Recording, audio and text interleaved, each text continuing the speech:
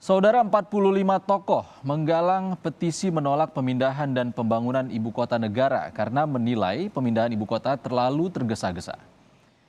Petisi berjudul Pak Presiden 2022-2024 bukan waktunya memindahkan ibu kota negara diprakarsai Narasi Institute melalui situs change.org.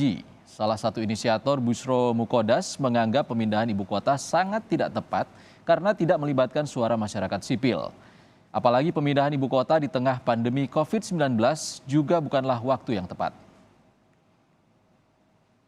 Dalam situasi darurat kesehatan dan berdampak pada darurat ekonomi, darurat pendidikan anak, dan seterusnya. Dalam situasi seperti ini, timbul pertanyaan, pantaskah, rasionalkah, visiblekah